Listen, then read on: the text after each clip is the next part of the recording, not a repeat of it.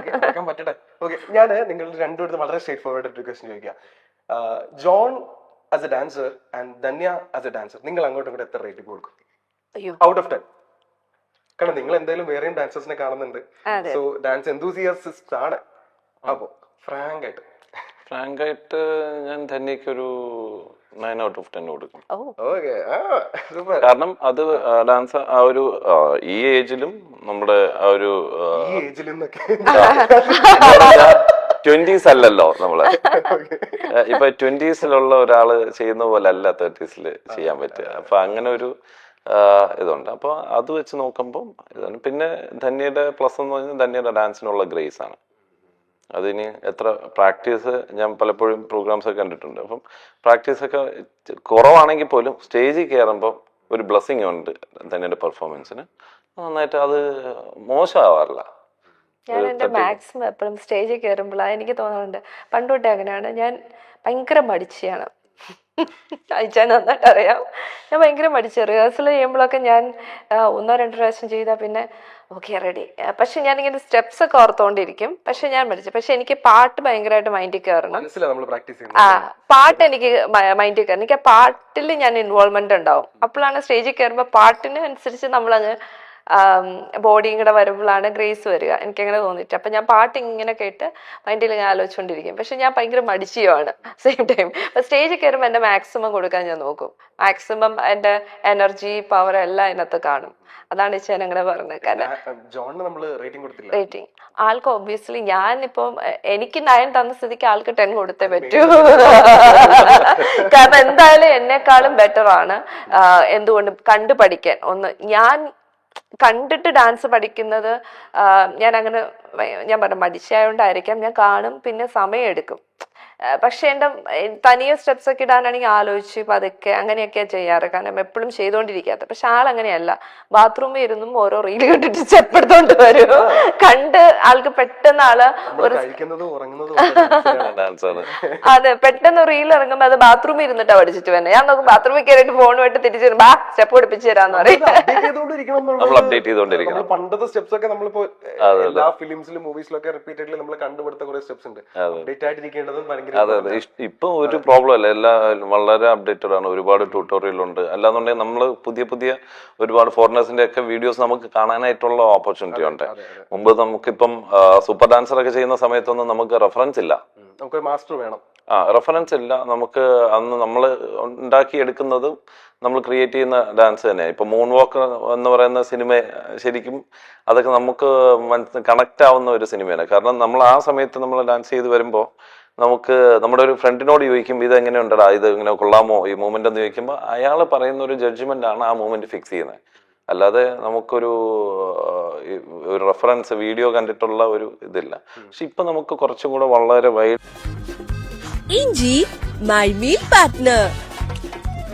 ആയിട്ട് നമുക്ക് പഠിക്കാനും മനസ്സിലാക്കാനും അതിനുള്ള ഒരു ഓപ്പർച്യൂണിറ്റി ഉണ്ട്.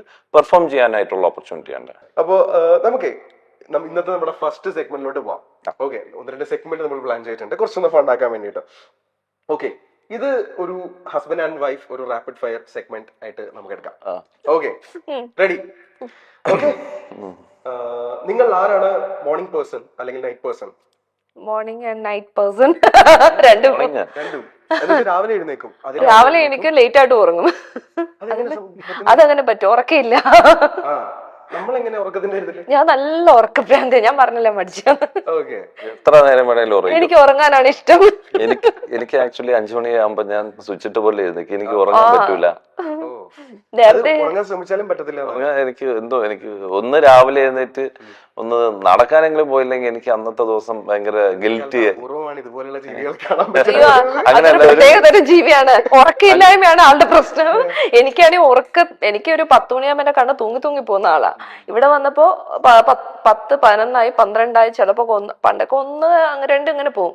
അപ്പൊ എന്റെ ബ്രദർ വന്ന് ചോദിച്ചു, എടി നിന്നെ കൊണ്ട് എങ്ങനെ സാധിക്കുന്നു?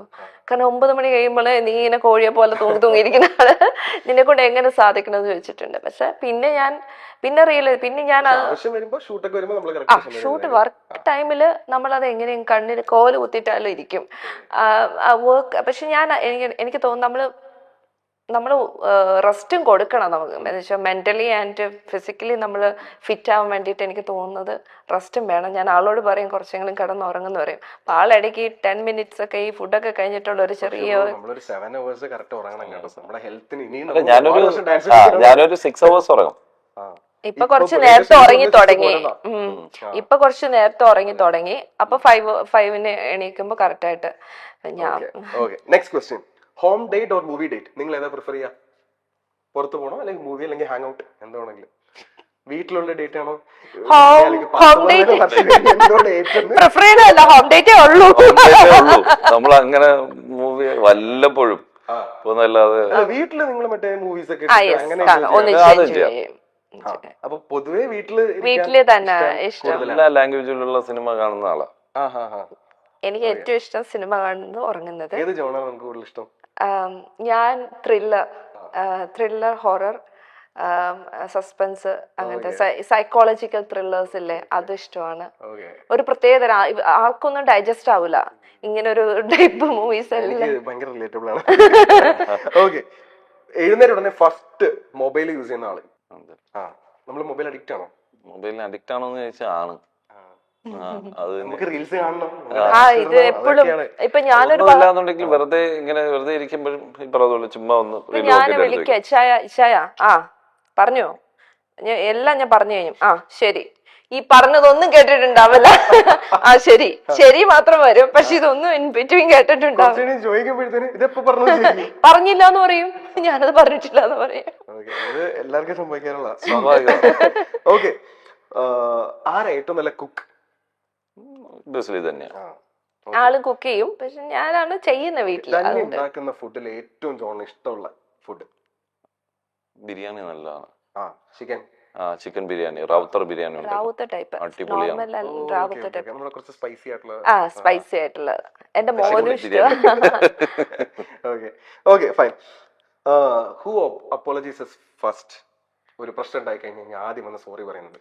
ഞങ്ങൾ രണ്ടുപേരും ശരിക്കും ഞങ്ങൾ ഫൈറ്റ് ചെയ്യും, പക്ഷെ ഞങ്ങൾ അപ്പൊ തന്നെ അത് ഫോർഗീവ് ചെയ്യും. കാരണം എന്ന് വെച്ചാൽ അങ്ങോട്ടും ഇങ്ങോട്ടും ഞാൻ ഫൈറ്റ് ചെയ്തെന്ന് പറഞ്ഞ ആൾ എന്നോട് മിണ്ടായിരിക്കത്തില്ല, ആള് ഫൈറ്റ് ചെയ്തെന്ന് പറഞ്ഞ് ഞാനും മിണ്ടായിരിക്കത്തില്ല. ഞങ്ങൾ ആ ക്ഷണത്തിൽ മറക്കും, അടുത്ത കാര്യത്തിലേക്ക് അങ്ങനെ ഒരു ദിവസം പോലും അങ്ങനെ നമ്മൾ അടുത്ത കാര്യമായിട്ട് പോകും. ഫുഡ് ചായ എടുക്കട്ടെ എന്ന് ചോദിക്കുമ്പോ കഴിഞ്ഞു. ഞാനിത് പഠിച്ചത് എന്റെ വീട്ടിൽ നിന്ന്. എന്റെ പപ്പന് ഭയങ്കര വലിയ വഴക്കുകളൊക്കെ കഴിഞ്ഞിട്ട് ചായ എടുത്ത് വെച്ചിട്ടുണ്ട് എന്ന് പറയാം. അപ്പൊ ഞാൻ ഇത് എന്തോ ഇത് കുറച്ചു മുമ്പ് എന്നായിരുന്നു. അതിൽ നിന്നാണ് എനിക്ക് തോന്നുന്നത് അത് ഭയങ്കര നോർമൽ. നമ്മൾ വഴക്ക് കൂടി എന്ന് പറഞ്ഞിട്ട് നമ്മുടെ ലൈഫിൽ അതങ്ങ് അങ്ങനെ വലിയ സംഭവമാക്കി പോകണ്ടല്ല. വീട്ടിൽ വഴക്കുകൾ ഉണ്ടാവും, അത് കഴിഞ്ഞിട്ട് നമ്മൾ. പക്ഷെ ഞങ്ങൾ വലിയ ഫൈറ്റുകളിലേക്ക് പോയിട്ടില്ല. ചെറിയ ചിലപ്പോൾ നമ്മൾ തമ്മിൽ ചില കാര്യങ്ങൾ പൊരുത്തപ്പെടാതെ പോവും. അപ്പൊ നമ്മൾ അങ്ങോട്ടും ഇങ്ങോട്ടും ഇതല്ല ശരി, അങ്ങനെ എന്തെങ്കിലും ഇപ്പൊ അത് ചെയ്ത് ശരിയായില്ല, ഇത് ചെയ്ത് ശരിയായില്ല, അത്രയും ഉണ്ടാവാറുണ്ട്. നീ അത് ചെയ്ത് അപ്പൊ എനിക്ക് മനസ്സിലാവുമെങ്കിൽ നമ്മൾ അത് അഡ്മിറ്റ് ചെയ്യും, നമ്മുടെ തെറ്റാണെങ്കിൽ. അത് അഡ്മിറ്റ് ചെയ്തെടുക്കുന്ന സമയത്ത് മാത്രമാണ് നമ്മൾ വഴക്കുള്ളത്. അത് കുറച്ചു നേരം ആലോചിച്ചിട്ട് നമ്മൾ ആദ്യം സംഭവിച്ചില്ല എന്നെ പറഞ്ഞു. Okay, who takes more selfies? എനിക്ക് സെൽഫി എടുക്കാനേ അറിയത്തില്ല. പക്ഷെ എന്നെ കളിയാക്കും എപ്പോഴും, മൂക്കിൽ കൊണ്ടാണ് നീ സെൽഫി എടുക്കുന്നത്. നമ്മുടെ അമ്മമാരൊക്കെ വിളിക്കുമ്പോ ഞാനിങ്ങനെ എനിക്ക് എന്റെ ഫേസ് കാണാൻ ഇഷ്ടമുള്ള പൊസിഷനിൽ വെച്ചാൽ ഞാൻ സെൽഫി എടുക്കാം. അത് കണ്ട ഉടനെ പറയാം അയ്യേ കൊള്ളൂല എന്ന് പറയും. ഞാൻ എനിക്കിഷ്ടമുള്ള എന്റെ ഫേസ് എനിക്ക് എങ്ങനെയാണോ ഇഷ്ടം ഞാൻ അങ്ങനെ സെൽഫി എടുക്കുക. ഇത് ആളെ കാണിക്കുമ്പോ ആള് പറയും ഇത് കൊള്ളത്തില്ല എന്ന്. കാരണം ആൾക്ക് പക്ഷെ എനിക്ക് ഒട്ടും ഇഷ്ടമുള്ള ആംഗിളാണ് ആൾക്ക് ഇഷ്ടം, എനിക്ക് എന്നെ അങ്ങനെ ഇഷ്ടമല്ല. ഓക്കെ, അടുത്തത് ഹൂ ഇസ് മോർ പേഷ്യന്റ്? ഏറ്റവും ക്ഷമയുള്ള കൂട്ടത്തില് ഞാനാ. എപ്പോ അത് മോനെ കൊണ്ടുവന്ന് ചോദിക്കും. അത് മോനോടാണ് ചോദിക്കുന്നത്. അത് മോനെ കൊണ്ടുവന്ന് ഇരുത്തിട്ട് ചോദിക്കണം. ബസ്സിലെ തന്നെ. ഓക്കെ, അപ്പൊ നമുക്ക് ഇവിടെ ഒരു ആൻസർ ഇല്ല. രണ്ടുപേരും അങ്ങോട്ടും ഇങ്ങോട്ടും. പക്ഷെ അത് ഓരോരുത്തരുടെ സിറ്റുവേഷൻ വെച്ചിട്ട് ആൾക്കിപ്പോ നല്ല വിശന്നിരിക്കാന്ന് വെച്ചു ഒരു ക്ഷമയും കാണത്തില്ല. ഞാനല്ലാതായി മാറും. ആ അഡ്വർടൈസ്മെന്റ് എടുത്ത ആളെ ഉണ്ടല്ലോ ശരിക്കും ആ കറക്റ്റ് ആയിട്ട് എടുത്ത്. ഇങ്ങനെ മനുഷ്യരുണ്ട്. ഞാൻ ആദ്യം വിചാരിക്കും ഇങ്ങനത്തെ മനുഷ്യരുണ്ട്. എനിക്ക് അങ്ങനെ ഒന്നും വിശന്നാ ദേഷ്യമൊന്നും വരും. അതേപോലത്തെ ഒരു മനുഷ്യൻ. പ്രശ്നമുണ്ട്. അയ്യോ എനിക്ക് പിന്നെ അടുത്ത് ആരും ആ വന്ന് അപ്പൊ ചോദിക്കരുത്. മുഖത്തൊക്കെ എക്സ്പ്രഷൻ മാറും. ആളുകൾ വിചാരിക്കും ഈ മനുഷ്യന് ഇങ്ങനത്തെ സ്വഭാവമായിരിക്കും. അല്ല, ശരിക്കും വിശന്നതിന്റെ കുഴപ്പമാണ്. ആ, അത് വരാം. Okay, who is more disciplined? ആരാ ഏറ്റവും കൂടുതൽ ഡിസിപ്ലിൻഡ് ആയിട്ട്? പറ. ഞാനാ അല്ലേ? രണ്ടും അല്ല. അതാണ് ഉത്തരം. രണ്ടുപേരും അല്ല. അല്ല, നമ്മള് രാവിലെ എന്റെ റുട്ടീൻ അല്ല, അതും മാത്രം ഉണ്ട്. ഡിസിപ്ലിൻ ഉണ്ട്. കറക്റ്റ് എല്ലാ അത് കാര്യങ്ങളും പോകും. correct പക്ഷെ ആയിട്ടുണ്ട്. ഒത്തിരി ഹോം അടുക്കി വെക്ക് മേക്കിങ്ങിന്റെ കാര്യങ്ങളില് വരുമ്പോ ആ റുട്ടീൻ ഡിസിപ്ലിൻ ഉണ്ട്. ടോട്ടല് പറഞ്ഞ പോലെ അത് ഫോളോ ചെയ്യുന്നുണ്ട്. എന്ന് പറഞ്ഞാൽ ബാക്കിയെല്ലാം പിന്നെ ടൈമില് ഞാൻ കറക്റ്റ് എത്താനായിട്ട് ശ്രമിക്കുന്ന ഒരാളാണ്. ആ കാര്യത്തിൽ ശ്രമിക്കുന്ന ആളാണ്. ശ്രമിക്കുക എന്ന് പറഞ്ഞാൽ നടക്കും എങ്കിലും ഓൾമോസ്റ്റ് വലിയ പ്രശ്നമില്ല. കാരണം മുമ്പ് ഞാൻ ലേറ്റ് ആയി വളരെ എപ്പോഴാണെങ്കിലും ഒരു 5 മിനിറ്റ് ലേറ്റ് ആയിക്കൊണ്ടിരുന്ന ഒരു ഹാബിറ്റ് ഉണ്ടായിരുന്നതാണ്. ഞാൻ അങ്ങനെ കുറെ ചേഞ്ചസ് ഞാൻ വരുത്തിയ ഒരാളാണ്. അതാണ് ഞാൻ പറയുന്നത്. മുമ്പ് ഞാനും എപ്പോഴും ലേറ്റ് ആയിട്ട് പോകുന്ന ആളാണ്.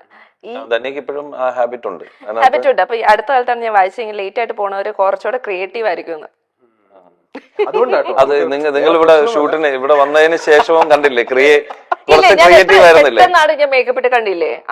അതെ, ലേറ്റ് ആയിട്ട് ഞാൻ നേരത്തെ വിളിച്ചു പറഞ്ഞു. കാരണം ഇത് വന്ന് ഈ ഷൂട്ട് കഴിഞ്ഞിട്ട് ഈ ഫ്ലോറിൽ കുട്ടികളുടെ ക്ലാസ് ഉണ്ട്, നമുക്ക് അങ്ങനെയല്ല, ഞാൻ അങ്ങനെയല്ല, ഞാൻ പള്ളി പോയപ്പോ അച്ഛൻ കുറച്ച് ലേറ്റ് ആയിട്ടാ വിട്ടത്. പിന്നെ എനിക്ക് എന്റെ ഡേ ഡ്രസ്സ് എടുക്കാൻ പോയി. എന്റെ ഡ്രസ്സ് സൺഡേ ആയിരുന്നു. അതിന്റെ ഡേ ഡ്രസ്സും എടുത്തിട്ട് ഞാൻ വീട്ടിൽ പോയിട്ട് മമ്മീനെ ഡ്രോപ്പ് ചെയ്തിട്ടാണ് ഞാൻ ഇവിടെ വന്നത്. അത് സത്യമായിട്ടും അത് 2 ദിവസം മുന്നല്ലേ തുടങ്ങി. അപ്പൊ ആൾക്ക് പോകാൻ പറ്റില്ല. ഇന്നിപ്പോ ഇവിടെ ക്ലാസ്സും കാര്യമുള്ളതുകൊണ്ട് ഞാനും മമ്മിയും പോയി. ആരെങ്കിലും ഒരാൾ പോകണ്ടേ? ഡിസിപ്ലിന്റെ കാര്യത്തിൽ തീരുമാനമായി. ഒട്ടുമില്ല. ഓക്കെ, നിങ്ങളിൽ ആരാണ് ഏറ്റവും കൂടുതൽ സീരിയൽസ് കാണുന്നത്? കാണാൻ പറ്റാത്ത ഞാൻ അഭിനയിക്കുന്ന എല്ലാ എപ്പിസോഡും. നമ്മുടെ എപ്പിസോഡ് മാത്രമാണോ അതോ എല്ലാ എപ്പിസോഡും കാണും. ഞാൻ അഭിനയിക്കുന്ന സീരിയലിലെ എല്ലാ എപ്പിസോഡും. ഞാൻ അഭിനയിച്ചു പോലും കാണത്തില്ല. അങ്ങനെ ഒരു സീരിയൽ പേഴ്സൺ ആണ്. കാരണം സിനിമകൾ കൂടുതൽ കണ്ടുകൊണ്ടിരിക്കുന്നോണ്ട് അത് അങ്ങനെ വെബ് സീരീസ് കാണും. സീരിയൽ ഒരു കമ്മിറ്റ്മെന്റ് ആണല്ലോ, നമ്മൾ എന്നും കാണണം. അതിനുവേണ്ടി അത് കാണണം, ഒന്ന് കണ്ടുകഴിഞ്ഞാൽ പിന്നെ കാണണം. അങ്ങനെ എന്റെ മമ്മി പക്ഷെ എല്ലാവരും കാണും. അപ്പൊ ഞാൻ എന്ത് ചോദിച്ചാൽ ഇടയ്ക്ക് എപ്പോഴെങ്കിലും മമ്മി കാണുന്ന കഥ ചോദിച്ചാൽ പറഞ്ഞു തരുമല്ലോ. അത് പല വീടുകളിലുള്ള പോലെ തന്നെ ഈ മൊബൈൽ വെച്ച് കഥ കേട്ട് ഉറങ്ങും. എന്റെ മമ്മിയുടെ നെഞ്ചത്തൊക്കെയാണ് ഫോൺ കിടക്കുന്നത്. കിടന്നുറങ്ങുമ്പോ ഇങ്ങനെ കിടന്നുറങ്ങും. ഇതും കേട്ടോണ്ട് ഓക്കെ. അപ്പോ who is more filmy in life? അതായത് ഡ്രാമാറ്റിക് ആയിട്ടുള്ള റിയൽ ലൈഫില് തന്നെയായിരിക്കും. ഡ്രാമാറ്റിക് ആണ്. രണ്ടുപേരും അല്ല. ഭയങ്കര സ്ട്രേറ്റ് ഫോർവേഡ് ആയിട്ട്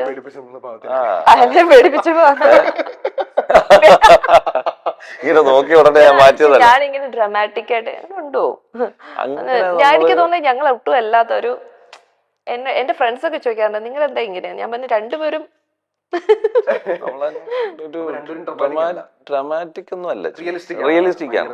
പ്രാക്ടിക്കൽ ആണ് ഭയങ്കര.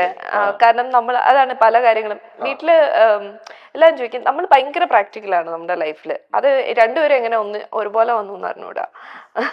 പിന്നെ ആകെ വല്ല റീൽസ് ഒക്കെ ചെയ്യുമ്പോൾ മാത്രമുള്ള ഒരു ഡ്രാമാറ്റിക് എക്സ്പ്രഷൻസ് മാത്രമേ. ഡ്രാമയല്ല, അത് ഒറിജിനൽ ആയിട്ട് വരുന്നത്. അതും ഡ്രാമയല്ല.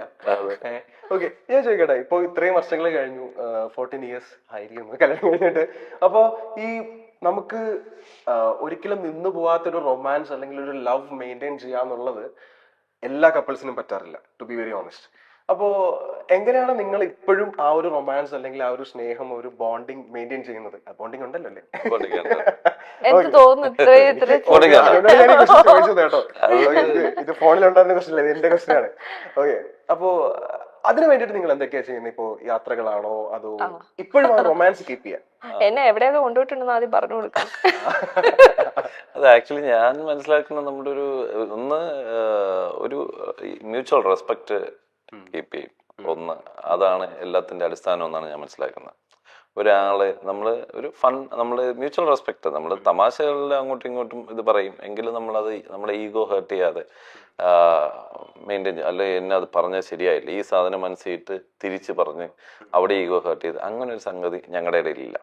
ഞങ്ങൾ രണ്ടുപേരും ആ ഒരു റെസ്പെക്ട്, ഇപ്പം ഞാൻ ധന്യക്ക് റെസ്പെക്ട് കൊടുക്കുന്ന പോലെ തന്നെ ധന്യ എനിക്കും ചെയ്യാറുണ്ട്.